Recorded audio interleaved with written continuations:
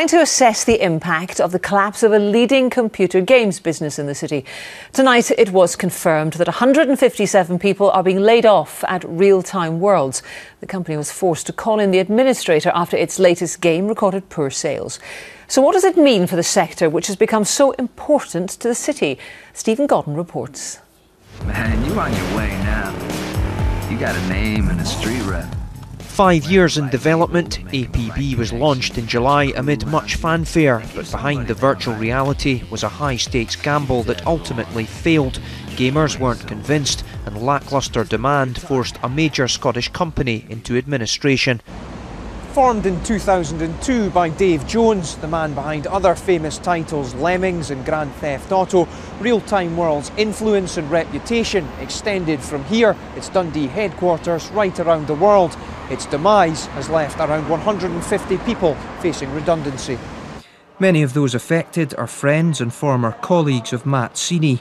Educated at Abertay University, he credits the support available in Dundee with helping him to forge a career in games design. A planned tie-up, however, between his latest venture and Real Time Worlds has now been shelved, and he believes what's happened will have a wider impact on the city. Inevitably there's going to be some kind of talent that kind of drains from the local area. I mean, you're talking about 150, 200 developers, so clearly not everyone's going to get work locally. There are lots of games development companies.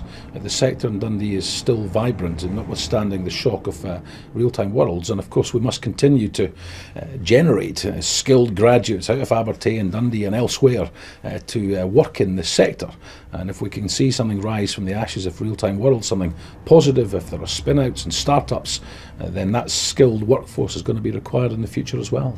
Wider fears for the future have led to renewed calls for tax relief for the video games industry, a proposal shelved in the last budget. But those responsible for producing the next generation of graduates insist it's not all doom and gloom. Kids coming here are still coming to the best place in Britain for computer games and computer arts education. We're not a one-company town. Companies go under, companies come back up. It's the pervasive technology that is captured in Dundee that will be the issue that Scotland needs to continue investing in. Tomorrow, a recruitment event will be held in the city aimed at attracting Real Time Worlds staff who've been made redundant. Meanwhile, the administrators looking to sell on parts of the business say there's definite interest from both sides of the Atlantic. Cold comfort for those who've lost their jobs. Stephen Godden reporting Scotland, Dundee. The death of a 54-year-old man in Inverclyde is being